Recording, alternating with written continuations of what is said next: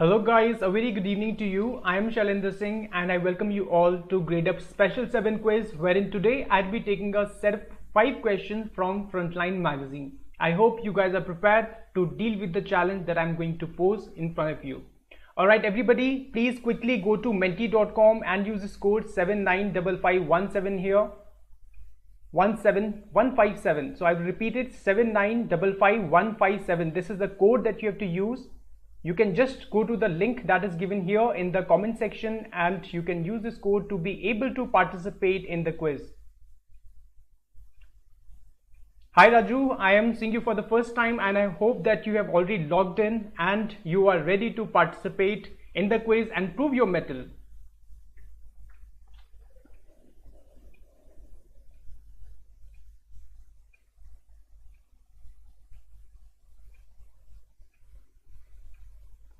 Guys, current affairs section happens to be a very important segment for your UPSC preparation. And आपको पता है कितना importance है current affairs part का.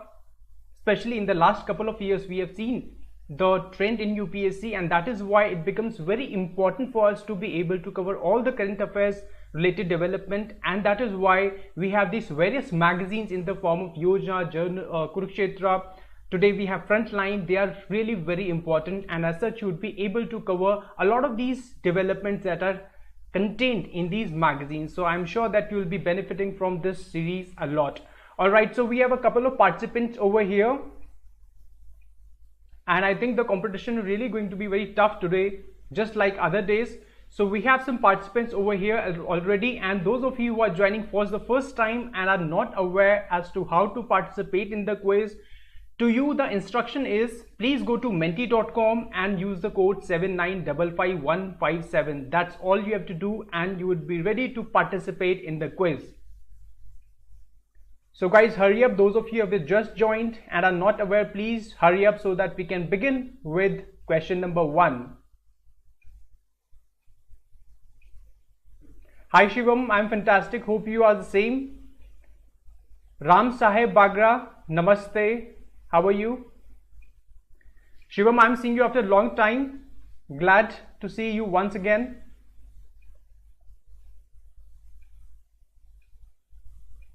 Alright guys, so let's take up the first question of the day, and please be alert. This is the first question and as such is really important because you can have a head start over your competitors. Head start की बहुत ज़रूरत है. Starting के एक दो questions आप सही कर लेंगे, बाद में आप थोड़ा रिलैक्स हो सकते हैं. So let's take up the first question of the day without waiting any further, and here is the question on your screen.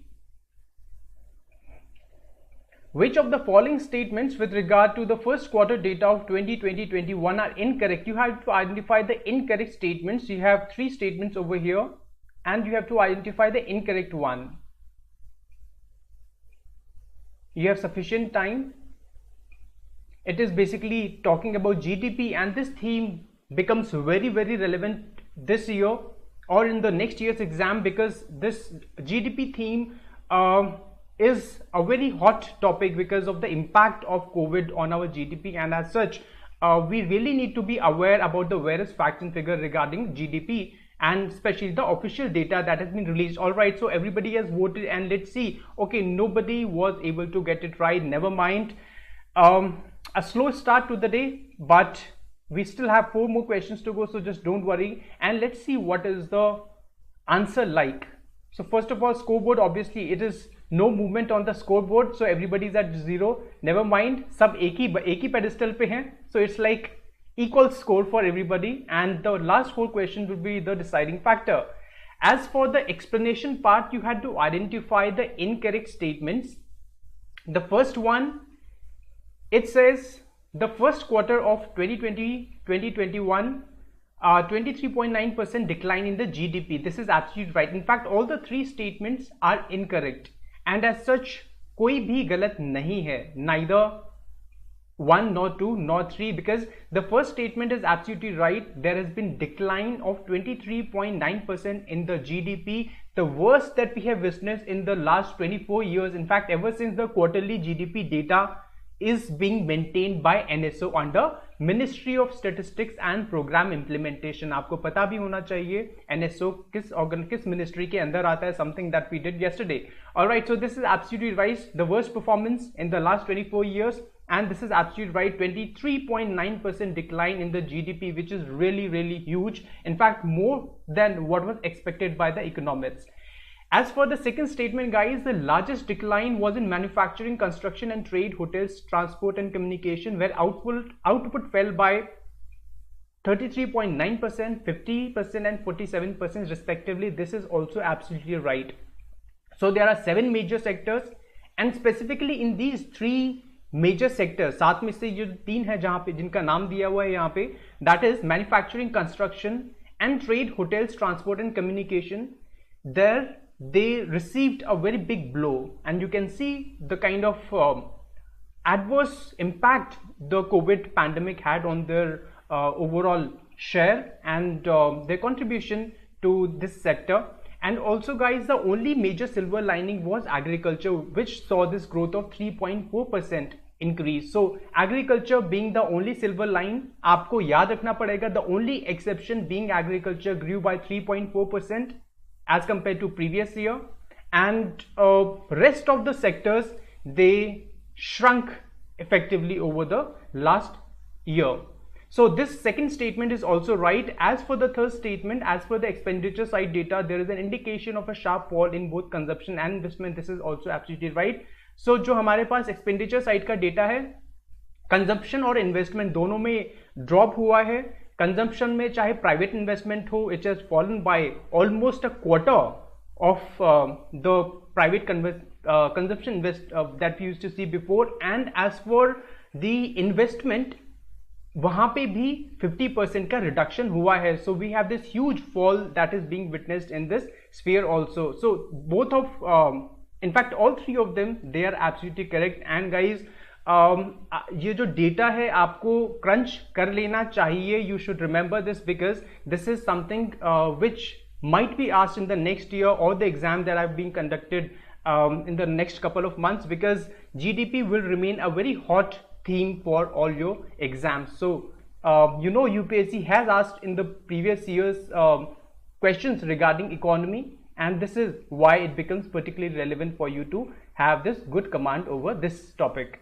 Alright, so let's move to question number 2 of the day, and I hope you guys are prepared to deal with the second question. Never mind some lackluster performance in the first question, and we have some more participants over here. And those of you who have just joined in, please do go to menti.com and use this code 7955157. Also guys, don't forget to like this video and share it with your friends, and also do subscribe to Gradeup IAS channel. So we are advancing towards question number 2, and I hope you guys are ready and geared up and are totally alert to get it right. And here's the question in front of you. Which of the following statement are correct? So you have 2 statements out here and you have to identify the correct ones. So a very important theme, universal health coverage, and second is regarding informal workers. Both of them, in fact, they are important themes, and you know that UPSC does ask a lot of these questions regarding indices. All right, so we have some scores over here. Yeah, so it is option B, which is the right answer. Only one of you has got it right, and let's see who that person is who has fared well. So we can see some change that is taking place on the leaderboard finally, and 890 points, Shrikutan, you have scored. Congratulations, at least some beginning that we see on the leaderboard. And we have some participants over here who you have to make a start. Abhibi, don't worry, you have some more questions coming your way, so don't get demoralized. I'm sure that you guys are charged up to take on the next 3 questions. Alright, so let's talk about the explanation part, why some of you could not get it right. Now, the first one is incorrect. The Universal Health Coverage Index, आपको by the way पता होना चाहिए universal health coverage index कौन release करता है. This is released by World Bank, and UPSC does consistently ask questions regarding these indices, right? So World Bank releases Universal Health Coverage Index, and it has put India's score at not 96 but at 47. So we have solved the scores over here. So India is like one of the worst countries on this index, and Japan is the best with a highest score of 96. So Japan has performed the best, and this is with regard to the impact of COVID-19 on the health system. You know that India's health system is not very robust, it is pretty vulnerable, और थोड़ा सा भी ज़्यादा stress अगर Covid का पड़ता, because by and large the situation was under control in India, but the situation could have been much worse, and whatever impact we have had on the health sector, that has really showed our weakness, our ill preparedness with regard to the health sector. We are not very good when it comes to the health sector. So this is what we need to focus upon. And also the health coverage, also the kind of health coverage we are providing to the bulk of our population. As for the second statement, informal workers in the economy who accounted for around 92.4% of the total workforce lack social security benefit. This is also absolutely right. So we have around 92.4% of informal workers in our total workforce, which remains a very big concern, guys, because when you are a part of informal economy, you don't have those social security benefits, you don't have paid leaves, you don't have the pension plans, then a lot of these things you don't have, like the provident fund and medical insurance, and that is why these informal workers become very, very vulnerable to the vagaries of diseases, to the vagaries of time like COVID-19 pandemic. And that is why it is very important for us to kind of formalize the workforce and to make sure that the country is moving towards formalization of employment, not towards informal sector. All right, so we need to shrink this 94.4% figure that we have and, you know, bring it towards whatever we can achieve. In fact, we have to lower it down. All right, so let's move on to the next question, that is question number 3. And here we are going to have some interesting competition out here, because अभी भी आप लोगों के पास 3 question बचे हुए हैं. We have just done 2 questions so far. All right, so I can see some answers being given in the comment section. Raju, you have to go to menti.com and use this code that is given over here on the screen. You don't have to participate in the quiz by commenting in the comment box, because ultimately your name and your score would not be reflected on the leaderboard. So please make sure that you go to menti.com and use this code. The same instruction goes to Ram Saheb Bagra. Alright guys, so I'm sure that you are ready to take on the next question, that is question number 3, and also I'm sure that you have liked the session and also subscribed to Gradeup IAS channel. Alright, so here is question number 3 on your screen without any delay. Which of the following statements with regards to Ayushman Bharat is are incorrect? Now this is a very, very important health scheme, basically envisages universal health coverage that we just saw in the last question, and as such it happens to be a very perennial kind of theme which is important for your UPSC exam. So please make sure that you get this right, and काफी news में रहा है, so I am sure that many of you would already be familiar with it, and you have to identify the incorrect one, not the correct one. So you have 3 statements and you have to identify the incorrect one.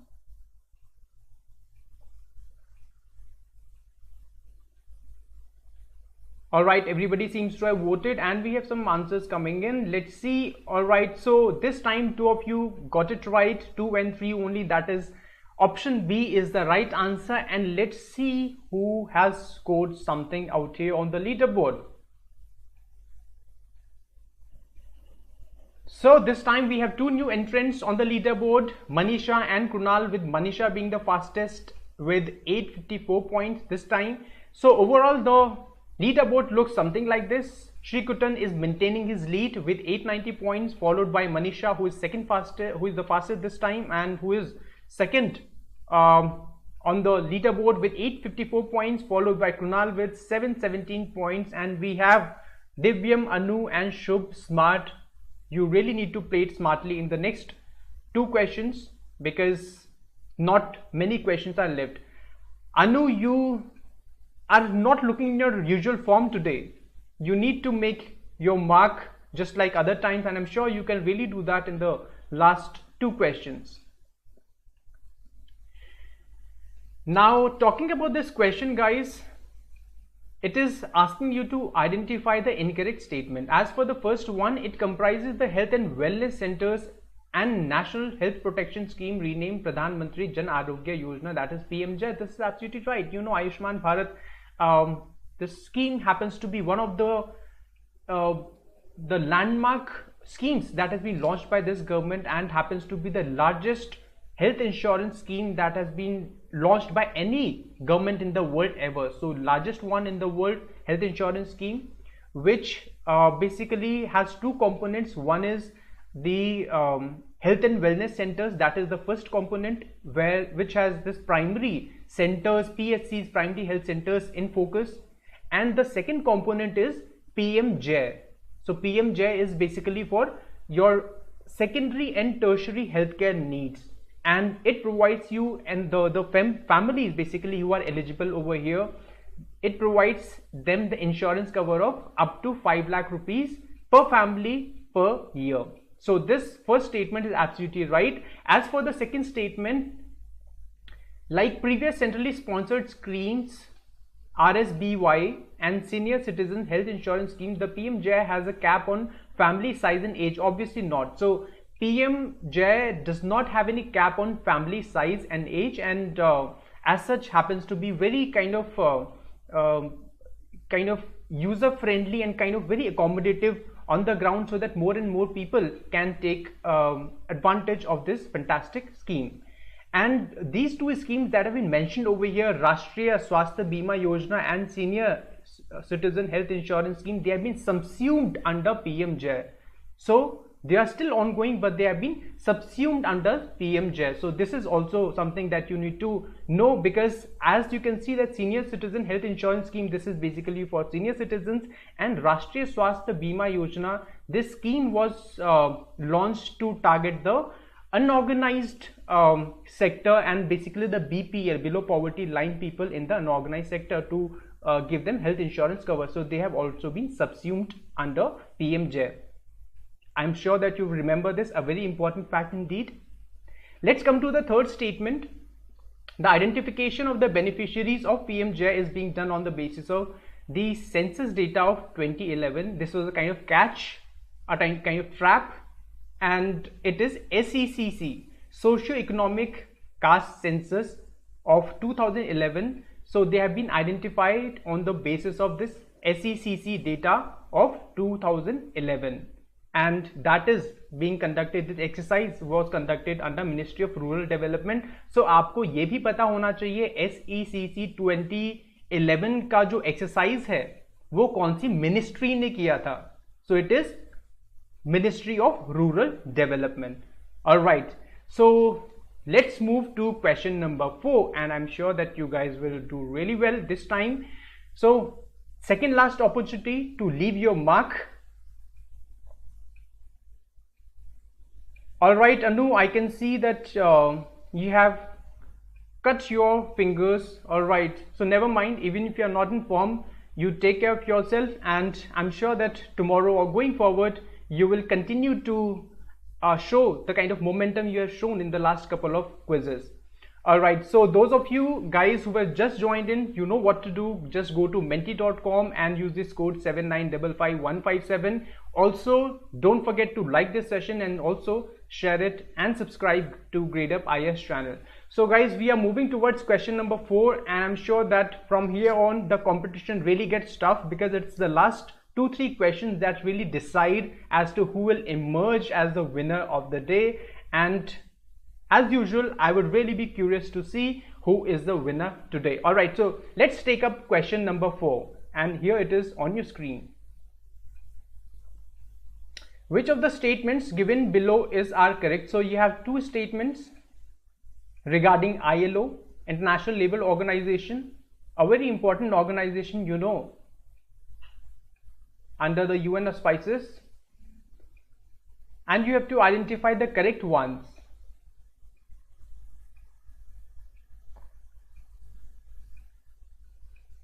You have 4 options, sufficient time.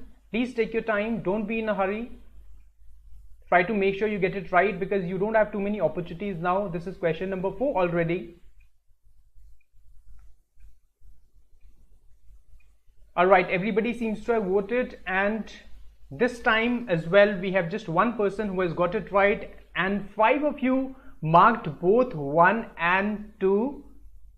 And by the way, I do know why most of you marked both 1 and 2.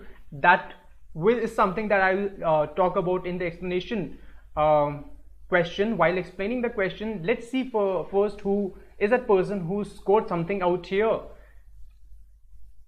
And this time again is Shrikutan with 851 points. Congratulations, Shrikutan. You are really rushing ahead and you are now at 1741 points. You have taken a big lead over the rest of the players, and the second position is still with Manisha with 854 points, followed by Kunal with 717 points.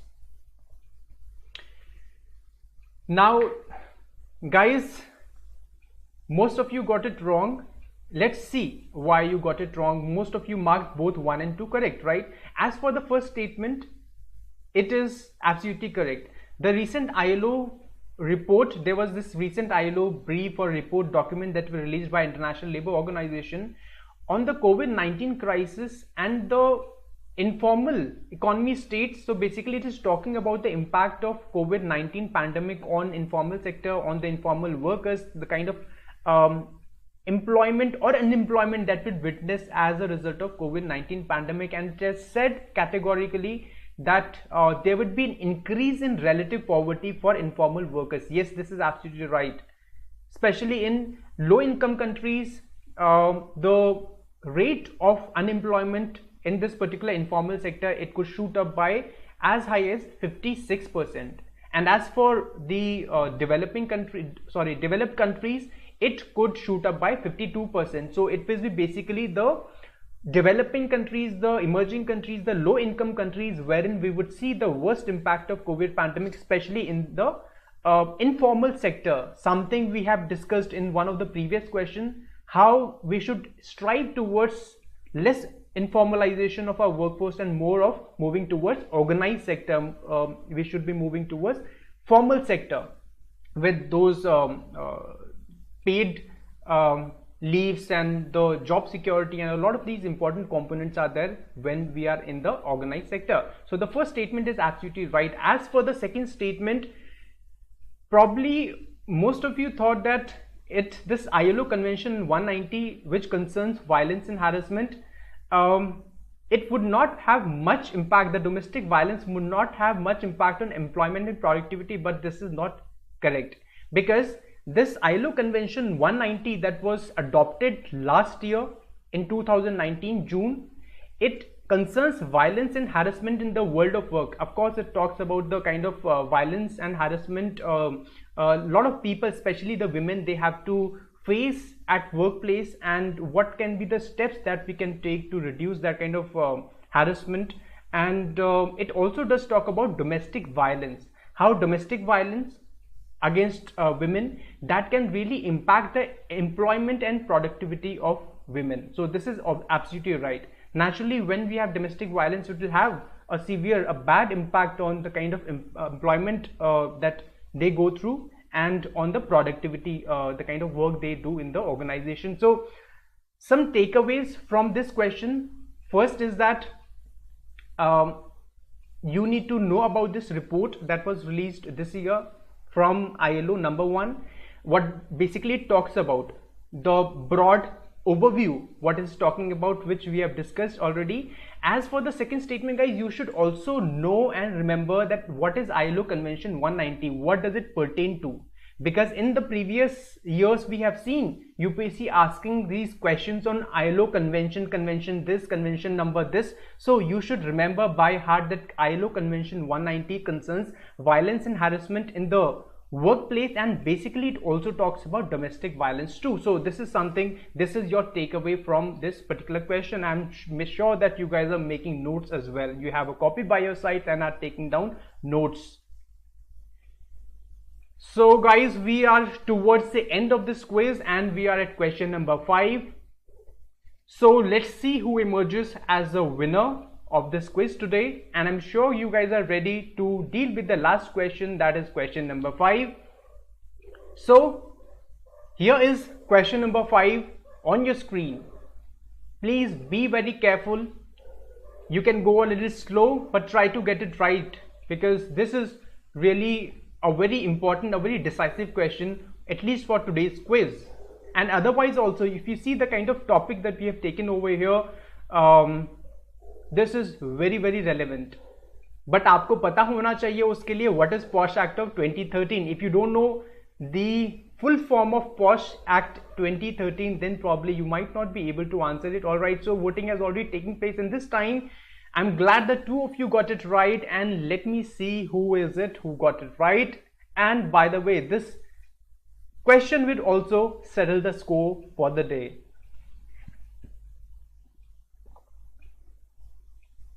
So this time it's entry of Anu Chauhan into the leaderboard with 785 points, and Shrikutan, you also answered it correctly, being the fastest also, and congratulations Shrikutan, once again you have won the quiz with 2659 points, 2659 points. That's a huge margin, and this quantum jump over your competitors. This is like too much of this gap between your score and the second best score, which is 854 points. Manisha, congratulations to you. Today you are not really in that much form, but never mind, you also did more or less well.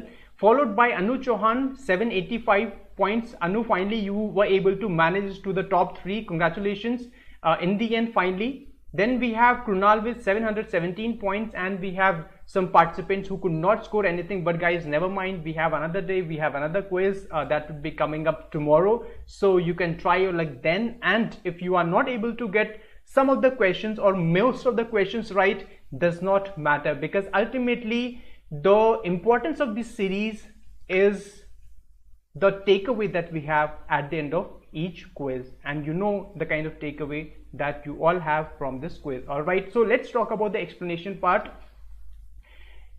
So this is basically talking about POSH Act 2013. Now the issue is, many of you are not aware as to what is POSH Act.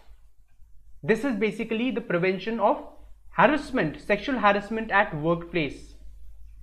This act came into 2013. This is for women empowerment, the kind of harassment they have to face at workplace. So this is a kind of very landmark legislation that was enacted in 2013. You have to identify the incorrect statement. As for the first one, according to the act, a workplace covers organized sector only, excluding self-employed workers. Absolutely incorrect, because it also covers unorganized sector. So sexual harassment, why should it be restricted to the organized sector only, right? This is some sort of common sense also. So it is not restricted to just organized sector, because in the unorganized sector, and we have seen how unorganized sector happens to be the bulk of the employer as far as the labor force in India is concerned, there also there are equal chances of women suffering this sexual harassment at workplace, and that is why the unorganized sector also is covered under this act. So the first statement is absolutely incorrect. And as for the second statement, the setting up of internal complaints committee under this act is mandatory in every organization. This is absolutely right. So every organization that has more than 10 employees, they need to form internal complaints committee, which will have the powers of a civil court. And all those organizations, the smaller ones that have employees less than 10, they will form a local complaints committee. So for 10 employees or more, it is internal complaints committee, and 10 employees and less, it is local complaints committee. And ultimately it is the employer who would be responsible for making sure that the provisions of POSH Act 2013 are being adhered to by forming these committees and by going through the due process that is prescribed in POSH Act of 2013. So That means the first statement is incorrect while the second statement is absolutely correct. And by the way, you also know now what is POSH Act of 2013. Many of you already knew about Sexual Harassment Act, but you are not aware as to what is POSH Act. So this is a very different kind of acronym over here that we deliberately put in. So guys, a very important announcement for you. You can go to the link that is given in the description box, and you can have this plan enroll into. We have got this Gradeup Super subscription plan, which provides you unlimited access to all the structured live courses and mock tests, and these courses are taught by the expert faculty. So please, you can subscribe to this fantastic Gradeup Super offer, which provides you the subscription plans ranging from 24 months to 6 months. So the link is given in the description box, and you can decide for yourself. Alright guys, so that was all for the day, and I will see you tomorrow with another set of interesting quiz and questions. I'll see you tomorrow, same time, and I do hope that you guys do even better in tomorrow's quiz. Thank you everybody, take care.